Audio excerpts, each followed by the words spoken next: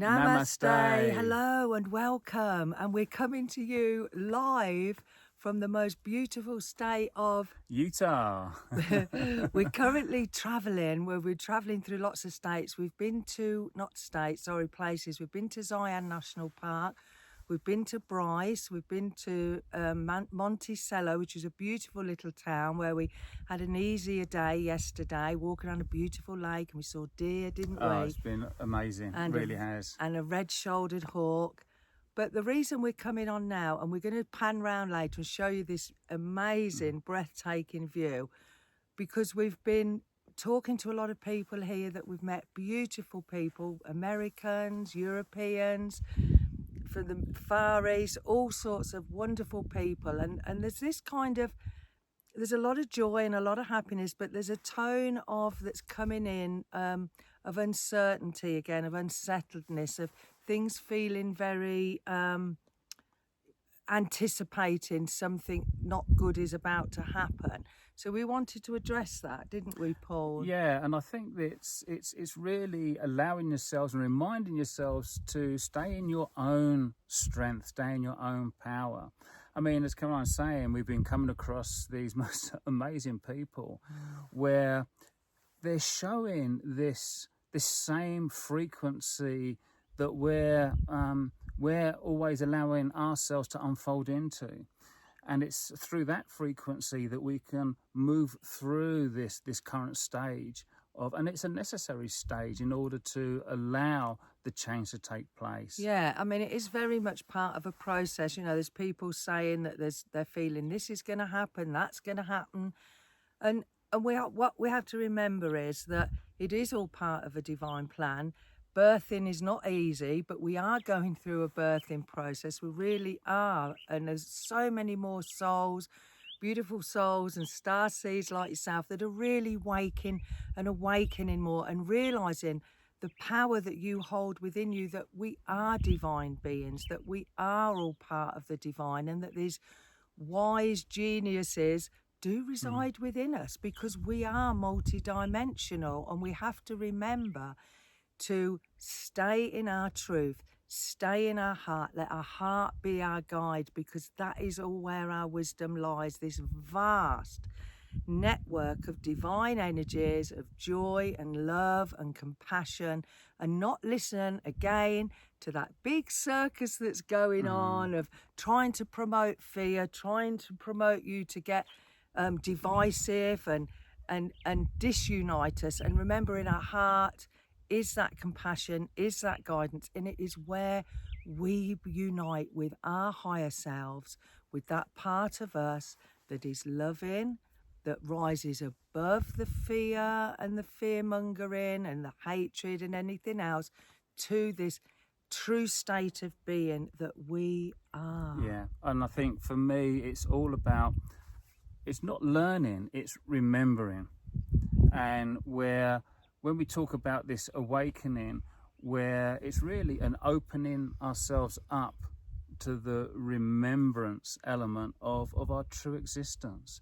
And as we do that, then we can stay more balanced. We can stay more in that true alignment with the energies of that higher frequency, with that energy of love. And that's where the change really comes in. As we continue to resonate with love, as we continue to exist in our true state.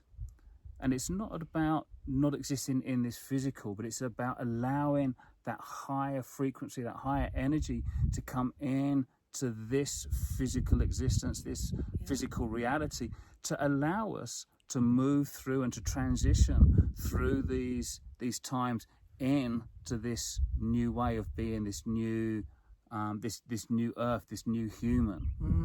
And I think, you know, some people have said, oh, well, we can just hope for the best. But no, we must do more than hope. Remember, our thoughts are energy. Where we place our focus, where we put our frequency, that expands. So every day, I urge you, I encourage you, I hopefully inspire you to have those thoughts and hold that vision of what you desire in this world, of send your thoughts of light where there is war, where there is suffering. send that compassion, send that knowing from within your hearts, and remember that we are all connected, we are all one. And as we set those intentions, have that self-reflection, cultivating these higher energies of what we truly are by thinking, oh, I'm going to send I'm going to send that love, because that is empowering. If we feel sorry for situations or sad, it brings our frequency down, and that not only it doesn't help us, it doesn't help the rest of humanity, the rest of Mother Gaia, the earth. Remember, you know, she's her own consciousness and she's evolving too. So set your intentions every day. If you see something you don't like, send it light, send it love, because remember, that is what we are made of. Our DNA is light, it is malleable. We are opening up, we are awakening, and now we have to live in that state of being by being true to ourselves, loving one another, being of service, having joy. Absolutely. It isn't being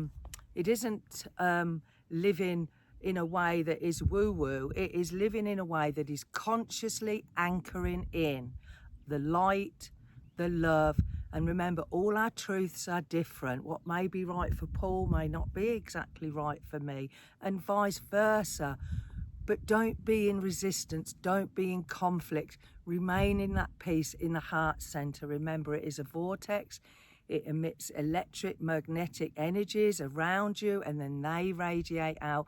And that is how we raise our consciousness and the consciousness of humanity and the world and beyond. And it's about each one of us doing our part, and that begins with self. And as we anchor in that light, as we anchor in that loving and higher frequency within ourselves, we're opening up the doorway to allow others to step into that same energy, to step into that same existence. And that's the existence of a oneness, of humanity becoming one, not with just other humans, but with all of existence, because everything plays its part. And if we destroy one aspect, then that will have a major impact on everything else. So just remember, you've got this, you can do this. I know I've said that before, but I love that saying. It empowers me. You've got this, we've got this, we're going to do this, we are doing this together as one, starting with ourselves and allowing that to expand out into everything else. Everything else, not only on this planet, but also beyond, into the cosmos and to all the other multi-dimensions that we exist in. Yay! So my favourite thing is saying, be who you are. Live in your truth, live in your joy, be open, have an open heart and an open mind. So we're going to leave it there. We're just going to pan round and hopefully show you this beautiful view. We've got the sun to our left, so apologies for the glasses because it is really bright, even though it's early in the morning. And Mama Moon is up behind us. So Paul's going to pan round and then we'll come back. And also apologies for the slight wobble, but there is some wind up here. There is. And it's just unsettling the stand a little bit. So, but hopefully you can get a sense of what there is there. Did you see the moon?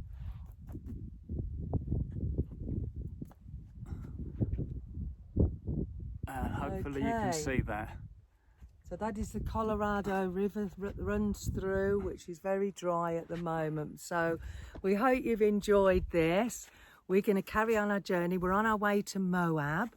We're going to the Upheaval Dome, where apparently there's lots of talk about what happened there. There's some saying there was a light ship landed, and we've had friends that have had some very unusual experiences. So we're going there, then to Moab, and tell them what we're doing tomorrow before we go. Tomorrow we're going on a 4x4 off-road tour of all the arches.